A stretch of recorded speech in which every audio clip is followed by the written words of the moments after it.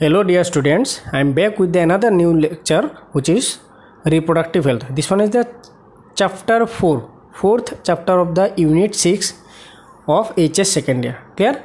Now this chapter is quite related to the human reproduction.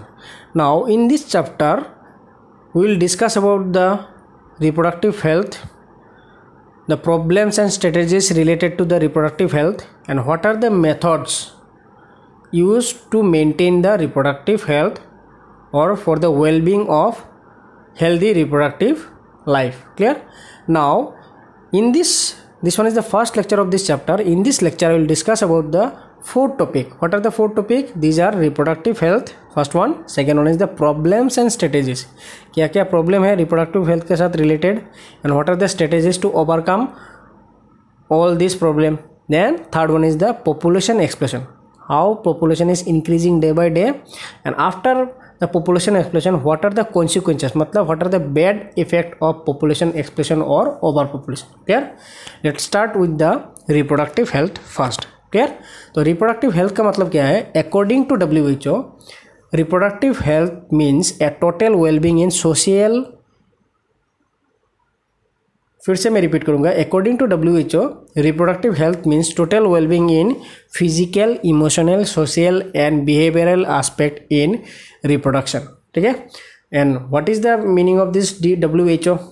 nowadays this term is very frequently used in news channel या फिर print media में भी आ रहा है. तो what is the full form of this WHO? ये सबको ही पता है, फिर भी मैं इसको बोलूँगा. What is the full form of WHO? World Health Organization. फिर से मैं रिपीट करूँगा. WHO का मतलब क्या है?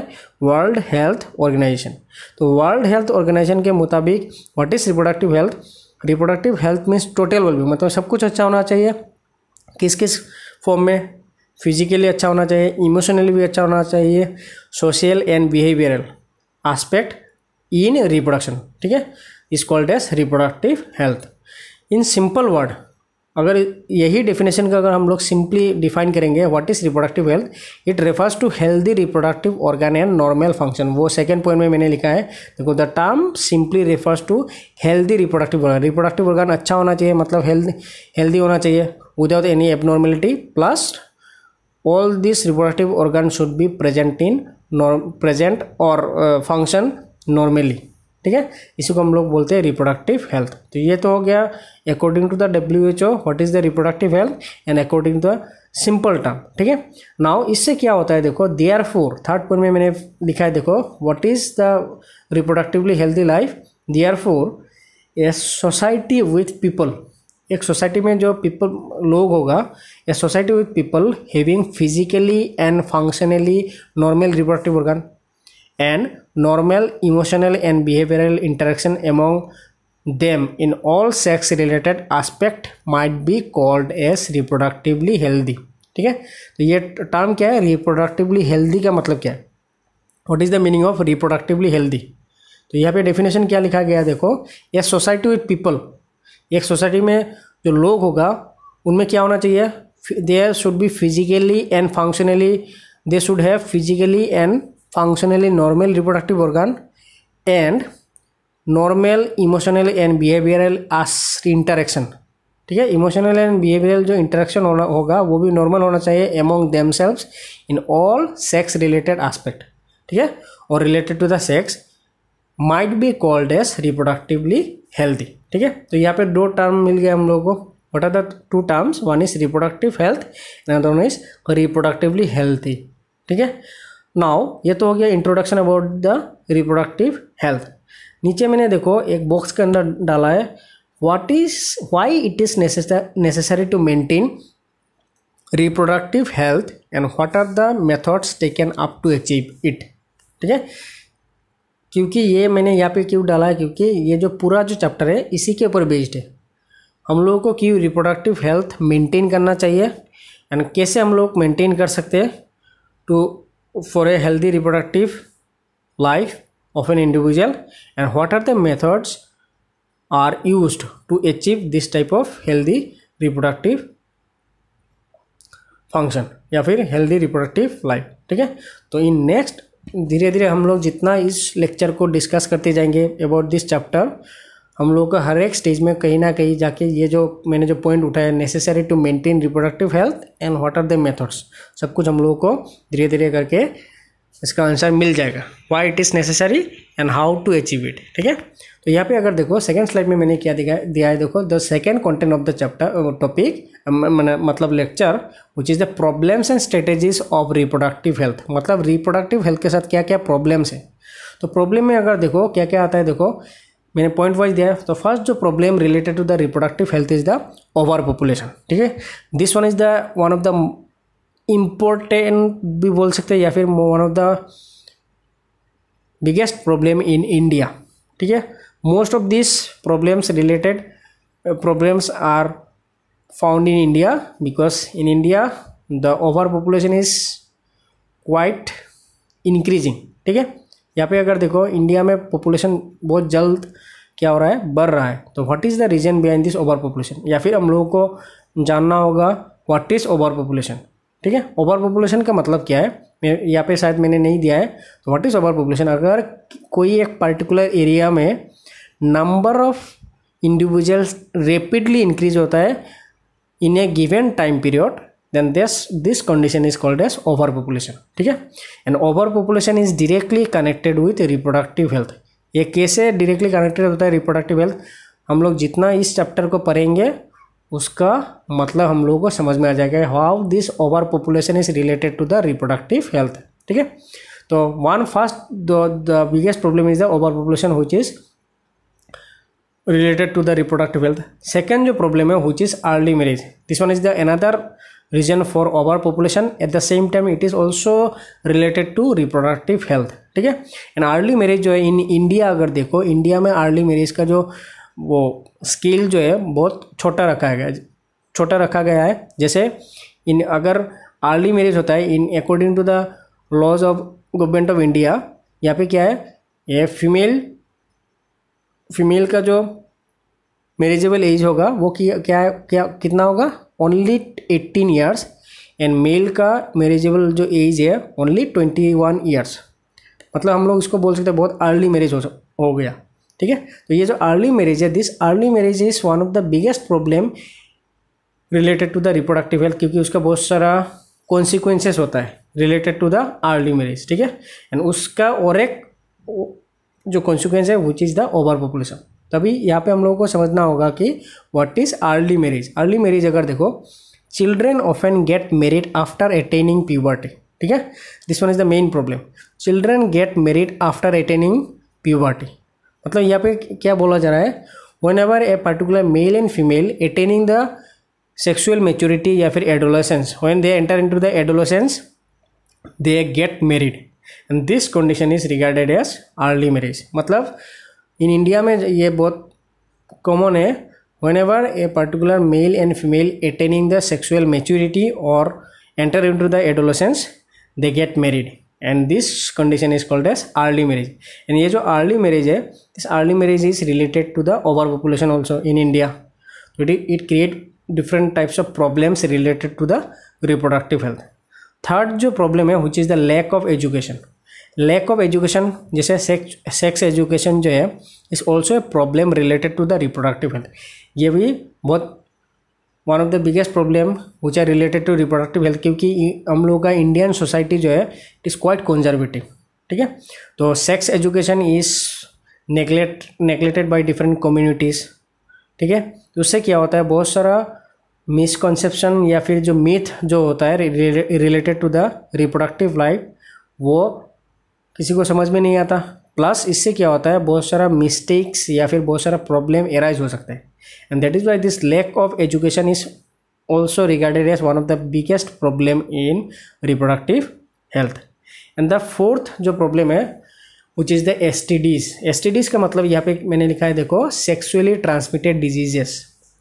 ठीक है, this one is very important topic in this chapter, board exam के लिए बहुत इंपॉर्टेंट है, at the same time entrance के लिए भी बहुत इंपॉर्टेंट है, which is the STDs, sexually transmitted disease. इसका मतलब क्या है, those disease which are transmitted from one individual to another individual through their partner, मतलब सेक्सुअल पार्टनर, मतलब during the time of sexual intercourse this type of diseases may be spread.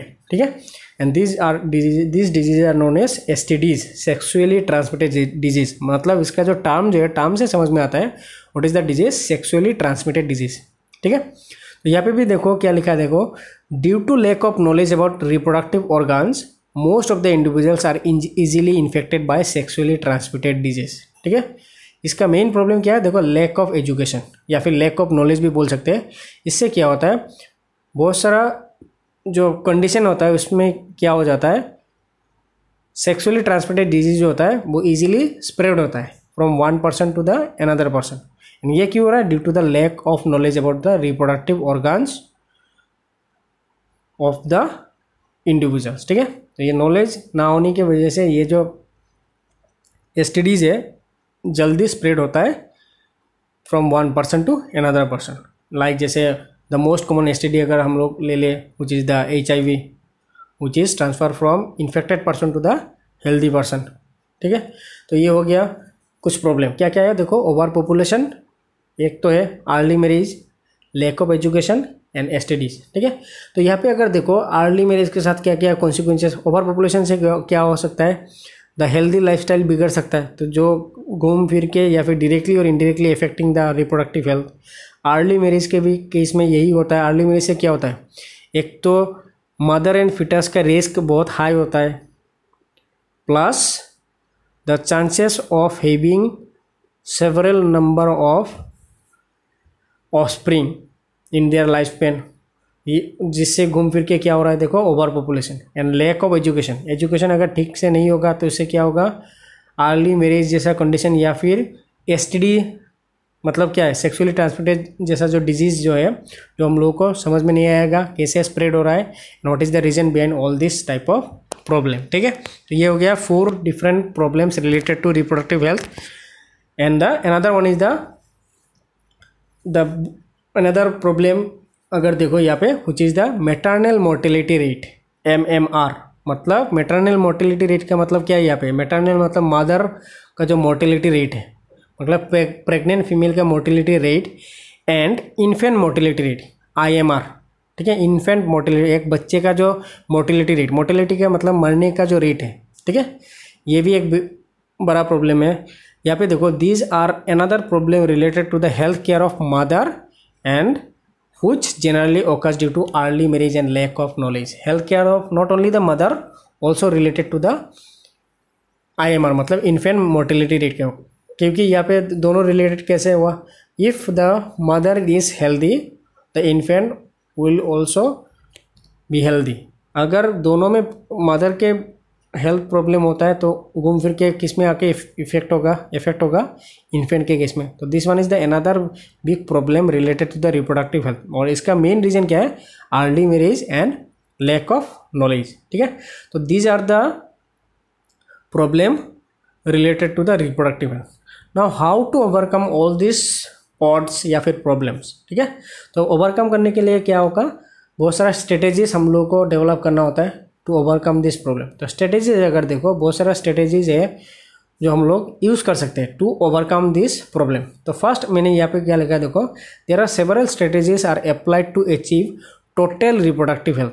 बहुत सारा strategies applied किया जा रहा है to maintain this reproductive health. ठीक है, तो इसमें से the most important one is the family planning program. ठीक है, this one is introduced by government of India in 1951। Because ये जो फैमिली प्लानिंग प्रोग्राम जो है ये एज ए शॉर्ट क्वेश्चन आ सकता है इन बोर्ड एग्जाम्स या फिर एंट्रेंस एग्जामिनेशन में आ सकता है। When in which year family planning program is introduced in by government of India, it is in 1951। ठीक है, तो यहाँ पे 2 प्रोग्राम लिखा है, देखो one is family planning programme, जिसमें क्या हो रहा है, how to maintain the family planning, मतलब the number of individual in a particular family. ये बहुत सारा स्लोगन भी है इसके साथ रिलेटेड, क्या क्या जैसे छोटा परिवार सुखी परिवार, उससे क्या होता है, ये जो स्लोगन है this one is related to the family planning program. हम दो हमारे एक, ये भी एक स्लोगन है। तो this are this type of slogans which are generally available in print media या फिर in audio visual media, aware about the family planning program। which was introduced in 1951. Then another program is the reproductive and child health care.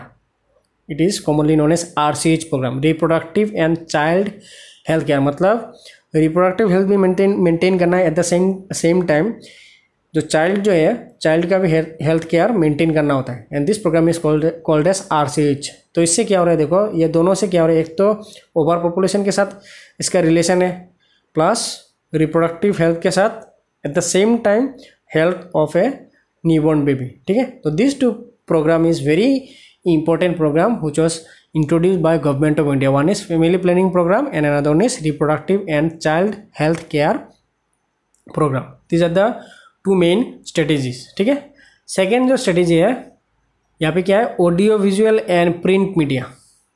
ठीक है, audio visual and print media, governmental and non-governmental agencies are doing good job to create awareness about reproduction in human. तो पहले वाला तो हो गया program क्या है, family planning program and RCH, reproductive and child health care program. दूसरा क्या है, सिंपली यहाँ पे मैंने देखो रेड कलर में फॉन्ट लिखा है, which is actually the awareness. ठीक है, तो ये अवेयरनेस कैसे आ रहा है देखो, या फिर हम लोग उसको डेवलप कर सकते हैं by audio visual medium. Audio visual media मतलब क्या है, थ्रू द टेलीविज़न या फिर बहुत सारे वीडियो के through. Print media through the newspaper और magazines. And governmental and non governmental agencies, बहुत सारे NGOs भी है, they are doing good job और trying to create awareness about reproduction in humans. ठीक है, बहुत सारा प्रॉब्लम्स जो है which are related to the reproductive health, इनको लेके all this forms are always trying to create awareness in society or in a particular area. ठीक है, तो इससे क्या होता है, जो problem related to the reproductive health थोड़ा बहुत हम लोग उसको मिनिमाइज कर सकते हैं. तो ये तो हो गया दूसरा.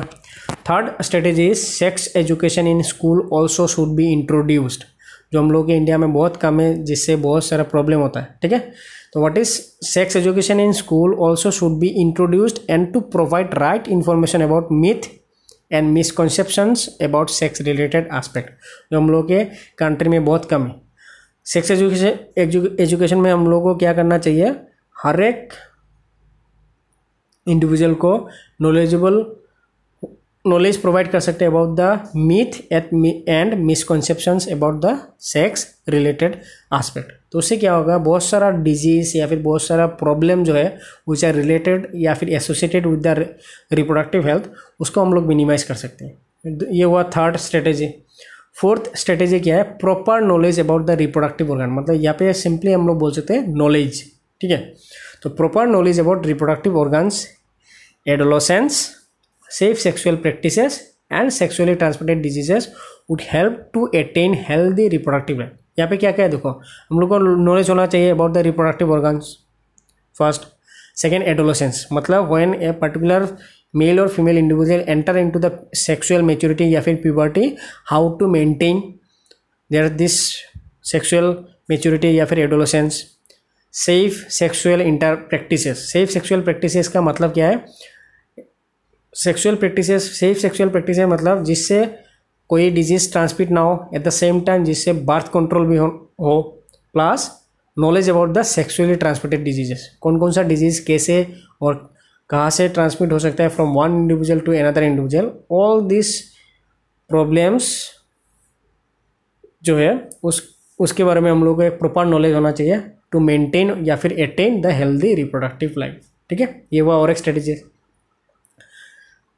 सिक्स्थ जो स्ट्रेटेजीज है which is the fertile couples should know about birth control devices. ठीक है, जैसे फर्स्ट पॉइंट में क्या था प्रॉब्लम के साथ, ओवर पॉपुलेशन. तो ओवर पॉपुलेशन कैसे मिनिमाइज कर सकते हैं, only by using the birth control method. ठीक है, तो fertile couples should know about the birth control devices. ठीक है, तो डिवाइसेस या फिर बहुत सारा मेथड्स हैं जिससे हम लोग बर्थ रेट को कंट्रोल कर सकते हैं. केयर फॉर मदर्स, ये और एक plus post natal care of mother. ठीक है, इससे क्या हो रहा है देखो, क्या क्या है देखो, बर्थ कंट्रोल डिवाइसेस या फिर method, how to control the birth rate. Second क्या है, केयर फॉर मदर, जो प्रेग्नेंट वुमेन होगा उनका कैसे केयर किया जाए, इसके ऊपर हम लोगों को नॉलेज होना चाहिए. Plus post natal care of mother after the birth of child. Post natal का मतलब क्या है, after the birth of child कैसे मदर का एंड चाइल्ड का हम लोग केयर कर पाए, उस which is also very important.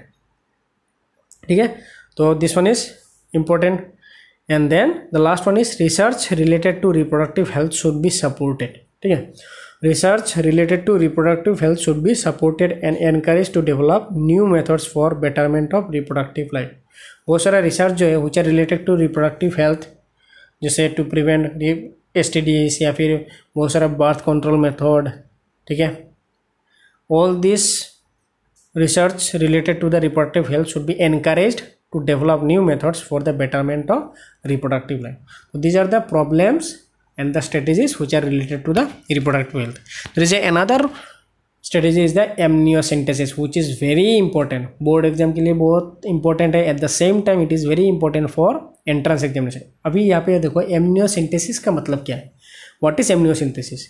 Amniocentesis is a fetal sex determination, ठीक है, and disorder test based on the chromosomal pattern on the amniotic fluid. ठीक है, हम लोगों ने उस दिन जब जो ह्यूमन रिप्रोडक्शन चैप्टर में क्या पढ़ा था, प्लासेंटा के अंदर क्या है, एमनियन, कोरिन, ये सब था। तो एमनियन जो था, एमनियन एक चैम्बर था, उस एमनियन के अंदर क्या था, एक फ्लूइड था which is called as amniotic fluid. ठीक है, ये बाद में आते हैं एमनियोटिक फ्लूइड के साथ इसका क्या रिलेशन है। पहले हम लोगों को समझना होगा एमनियोसेंटेसिस क्या है। एमनियोसेंटेसिस इज द मेथड और is the technique to determine the sex of a newborn baby। मतलब एक जो इन्फेंट जो डेवलप हो रहा है in the body of mother, by the process of amniocentesis हम लोग क्या कर सकते हैं, उस बच्चे का सेक्स हम लोग आइडेंटिफाई कर सकते हैं, वेदर इट इज मेल और female. And disorder test plus not only we can determine the sex of the baby, at the same time we can detect the disorder related to the chromosomal pattern on the amniotic fluid। ठीक है, तो इससे दो चीज़ हो रहा है, एक तो हम लोग फिटल सेक्स डिटरमाइन कर सकते हैं, एट द सेम टाइम अगर उस फिटस के अंदर कोई भी एबनॉर्मेलिटी है due to the abnormal chromosomal pattern, उसको भी हम लोग डिटेक्ट कर सकते हैं। ठीक है, which is called as amniocentesis. But the problem is this technique is totally banned in India. ठीक है, एंड ये इंडिया में बैन की है due to the poor mentality of Indian society. ये बाद में आएंगे why this amniocentesis is banned in India. अभी अगर देखो हम लोग कैसे एक फिटस का सेक्स डिटरमाइन कर सकते हैं या फिर एबनॉर्मेलिटी डिटरमाइन कर सकते हैं by this technique which is called as amniocentesis. तो यहाँ पे अगर देखो मैंने क्या लिखा है, प्रोसीजर ऑफ एमनियोसेंटेसिस। तो एमनियोसेंटेसिस समझ में आ रहा है, एमनियन के साथ रिलेटेड है। तो एमनियन के अंदर क्या है, एक फ्लूइड है which is called as amniotic fluid. तो यहाँ पे मैंने क्या लिखा है देखो, amniotic fluid contain cells from skin of foetus. Amniotic fluid जो होगा उसमें सेल्स होगा किसका, फिटस का and other sources, and this cells can be use to determine the sex of infant. ये जो सेल्स जो होगा एमनियोटिक फ्लूइड के अंदर फिटस का स्किन सेल्स, उससे हम लोग उस फिटस का सेक्स डिटरमाइन कर सकते हैं। And at the same time we can determine और identify the abnormalities in chromosome. Chromosome के अंदर क्या क्या एबनॉर्मेलिटीज है वो भी हम लोग डिटरमाइन कर सकते हैं फ्रॉम दिस एमनियोटिक फ्लूइड। तो एमनियोटिक फ्लूइड फिर से मैं बोलूँगा, एमनियोटिक फ्लूइड के अंदर क्या है, सेल्स है, क्या cells, skin cells of foetus. तो उससे क्या होगा, सेल के अंदर क्या होगा, न्यूक्लियस होगा, न्यूक्लियस के अंदर क्या होगा, क्रोमोसोम्स होगा। तो हम लोग क्रोमोसोम पैटर्न देख के बोल सकते हैं वेदर इट इज़ मेल और फीमेल। जैसे अगर क्रोमोसोम के अंदर XX क्रोमोसोम होगा तो वो क्या होगा, फीमेल हो गया। अगर XY होगा तो इट बिकम मेल। तो उस क्रोमोसोम को हम लोग देख के बोल सकते हैं whether the foetus is male और फीमेल। प्लस उस क्रोमोसोम के स्ट्रक्चर में अगर कोई भी प्रॉब्लम दिखाई देता है या फिर क्रोमोसोम बिकम एबनॉर्मल, तो क्रोमोसोम अगर एबनॉर्मल होगा इन टर्म्स ऑफ नंबर या फिर स्ट्रक्चर, तो क्या होगा, जो फिटस या फिर न्यूबॉर्न बेबी होगा उसमें भी कुछ ना कुछ प्रॉब्लम या फिर डिसऑर्डर डेवलप हो सकता है। तो उसको भी हम लोग डिटरमाइन कर सकते हैं। ठीक है, तो ये हो गया फर्स्ट। सेकेंड क्या है, it is also establish that if the child having incurable disorder. पहले पॉइंट में हम लोगों ने क्या डिस्कस किया है कि क्रोमोसोम पैटर्न से हम लोग आइडेंटिफाई कर सकते हैं एक फिटस के अंदर क्या एबनॉर्मेलिटीज़ हैं। ठीक है, तो इससे क्या हो रहा है देखो, सेकेंड पॉइंट में यहाँ पे क्या लिखा है देखो, it is also establish that if the child having incurable disorder. अगर क्रोमोसोम पैटर्न से हम लोग को समझ में आ जाता है कि ये जो डिजॉर्डर जो होगा due to the abnormal chromosome की वजह से जो क्यूरेबल नहीं है, वो ठीक नहीं होगा कभी, देन हम लोग क्या कर सकते हैं, the mother should get the foetus aborted. तब क्या कर सकते हैं, एबॉर्शन कर सकते हैं, ठीक है, to avoid this type of problem. ठीक है, तो ये है प्रोसीजर ऑफ एमनियोसिंथेसिस। समझ में आ रहा है, क्योंकि बहुत सारा कंडीशन ऐसा हो रहा है कि देखो when ever A newborn baby जब जन्म लेता है तो जन्म के बाद दिखाई देता है बहुत सारा एबनॉर्मेलिटी होता है या फिर उनका स्ट्रक्चर डिफॉर्म होता है। ये सब जो डिफॉर्मिटीज़ या फिर एबनॉर्मेलिटीज है वो हम लोग एमनियोसिंथेसिस के थ्रू उसको हम लोग इजीली डिटेक्ट कर सकते हैं।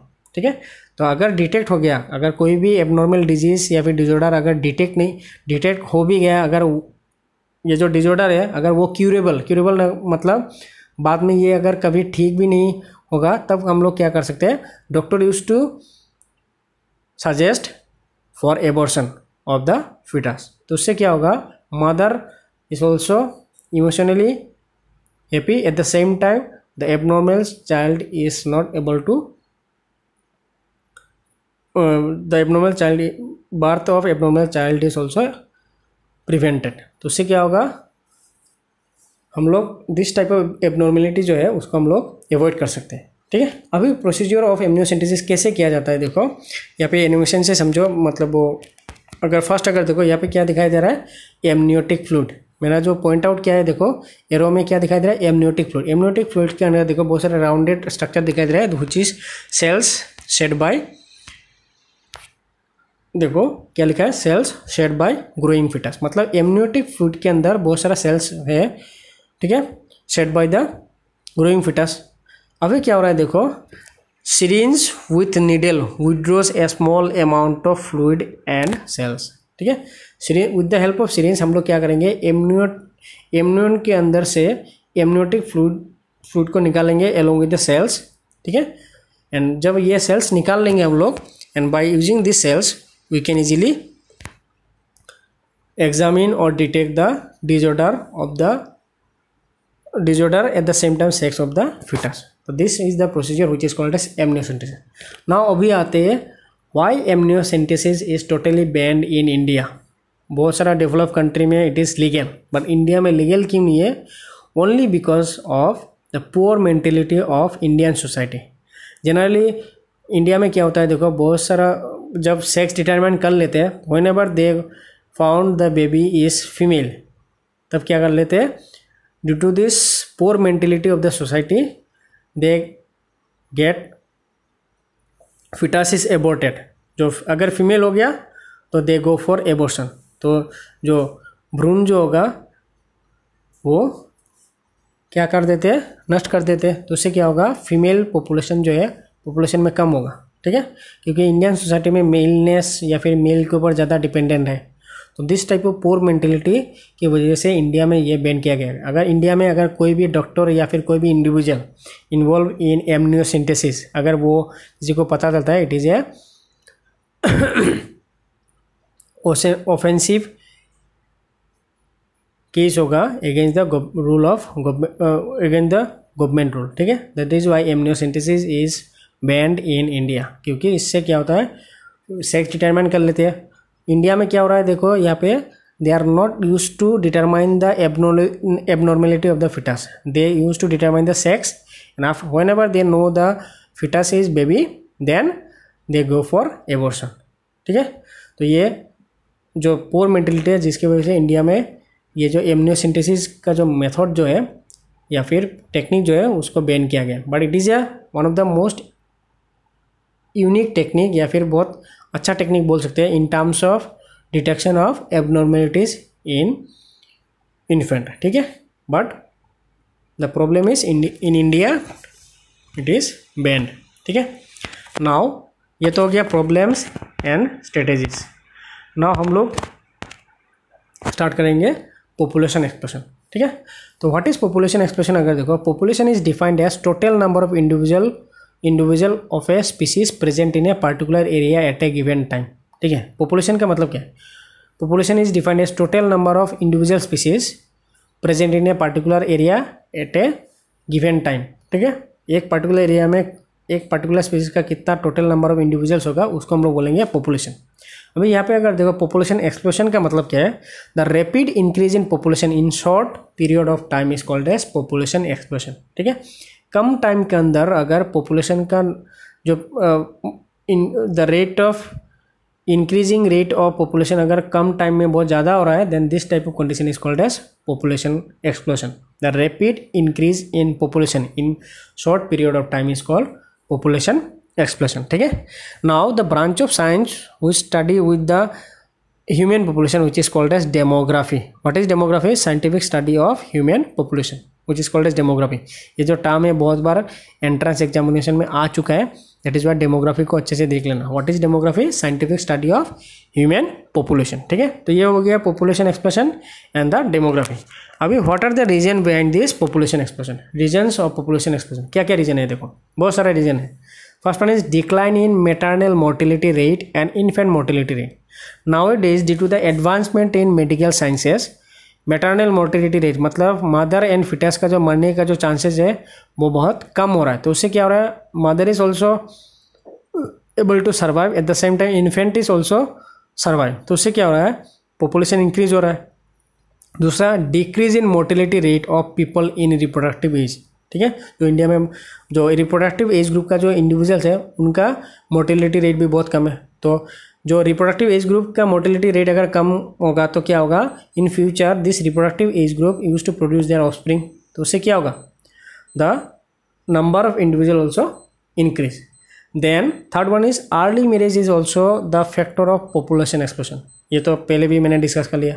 अर्ली मैरिज से नंबर ऑफ ऑफस्प्रिंग ज़्यादा होने का चांसेस बढ़ जाता है, तो उससे क्या होता है? पॉपुलेशन बढ़ जाएगा। Then fourth one is increase in birth rate. Birth rate जो है डेथ रेट से ज़्यादा हो रहा है, ठीक है।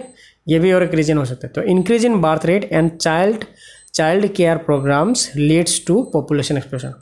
बर्थ रेट भी बढ़ रहा है, at the same time child care program भी डे बाय डे एडवांस हो रहा है, जिससे क्या होगा?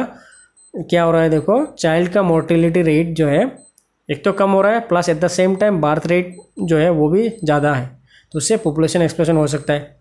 Then the next one is the several preventive measures and treatment of disease also the factor of population explosion. Nowadays बहुत सारा measures मतलब प्रिवेंटिव मेजर या फिर ट्रीटमेंट जो है डेवलप हुआ है, which treatment of disease also the factor of population explosion, ठीक है। Then advancement in medical facilities, better means of transport decreases the mortality rate, this is also the important factor. Nowadays medical facilities are improving day by day, plus better means of transport की वजह से क्या हो रहा है? The rate of mortality जो है धीरे धीरे कम हो रहा है। Plus the last one is the certain religious views are against family planning. कुछ कुछ रिलीजियस ग्रुप में क्या हो रहा है? फैमिली प्लानिंग को वो लोग फॉलो नहीं करते। According to them this family planning is not according to their religious myth. तो इसके वजह से क्या हो रहा है? The number of individual in a particular family is increasing, ठीक है। तो these are the few reasons for population explosion. तो कभी कभी एग्जाम में आ सकता है, बोर्ड एग्जाम में बहुत बार आ भी चुका है, what is population explosion and what are the reason behind the population explosion. ये तो हो गया पॉपुलेशन एक्सप्लोशन क्या है एंड कैसे ये जो पॉपुलेशन जो है डे बाई डे इंक्रीज हो रहा है। ना पॉपुलेशन तो एक तरफ इंक्रीज हो रहा है, एट द सेम टाइम उस increase in population also effect in different forms, जिसको हम लोग बोलते हैं consequences of ओवर पॉपुलेशन या फिर पॉपुलेशन एक्सप्लोशन। consequences मतलब इफेक्ट, क्या क्या प्रॉब्लम हो सकता है which are related to population explosion। यहाँ पे अगर देखो due to increase in family members, तो क्या होगा? तो एक तरफ क्या होगा? नंबर ऑफ फैमिली मेम्बर ज़्यादा हो रहा है but the income is same, तो इससे क्या हो रहा है? इकोनॉमिकली प्रॉब्लम आ सकता है, तो उससे क्या हो सकता है? गरीबी आ सकता है। तो यही लाइन इसको इंडिकेट करता है। क्या है लाइन? देखो, due to increase in family members and less income which lead to poverty, ठीक है। ये तो समझ में आ रहा है, फैमिली मेम्बर ज़्यादा है एंड इनकम अगर कम होता है तो उससे क्या हो रहा है? It ultimately leads to poverty, मतलब गरीबी की ओर ये ढकेल देगा। दूसरा क्या है? देखो, shortage of food and space occurs due to overpopulation. Population जितना ज़्यादा बढ़ेगा स्पेस एंड फूड सोर्स धीरे धीरे कम होता जाएगा, ये भी एक प्रॉब्लम है. Third is hygienic conditions are not maintain in a particular area if the population is more. ये तो बहुत ऑब्वियस रीज़न है. जहाँ पे पॉपुलेशन ज़्यादा होगा उस पर्टिकुलर एरिया में हाइजीन मेंटेन नहीं होता, तो उससे क्या होगा, बहुत सारा डिजीजेस डेवलप भी हो सकता है. Then fourth one is due to population explosion most of the people become unemployed. ये तो समझ में आ रहा है. पॉपुलेशन ज़्यादा होने से जॉब अपॉर्चुनिटी कम हो जाएगा, तो उससे क्या होगा, due to the lack of jobs most of the individual become unemployed. And the last one is it became difficult to provide education to all which lead to problem in education. ठीक है, सबको equal amount में education provide करना भी एक problem हो सकता है due to this over population. तो all these are the consequences of over population. तो हम लोगों ने इस लेक्चर में रिप्रोडक्टिव हेल्थ को डिस्कस किया, about the definition of reproductive health, क्या क्या प्रॉब्लम्स है, उसको सुधारने के लिए क्या क्या स्ट्रेटेजीज अप्लाई कर सकते हैं, प्लस ओवर पॉपुलेशन क्या है, reason for over population and effect of over population. ठीक है, in next lecture I will discuss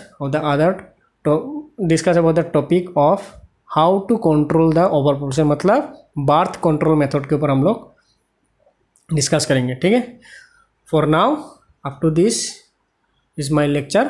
तुम लोग को ये जो लेक्चर है अच्छे से देखना होगा. अगर ये लेक्चर तुम लोगों को पसंद आता है तो तुम लोग क्या करोगे, सब्सक्राइब कर लेना एंड नोटिफिकेशन को हिट करना, ताकि तुम लोगों को इजीली नोटिफिकेशन मिल जाए फॉर फ्यूचर अपलोडिंग वीडियोस.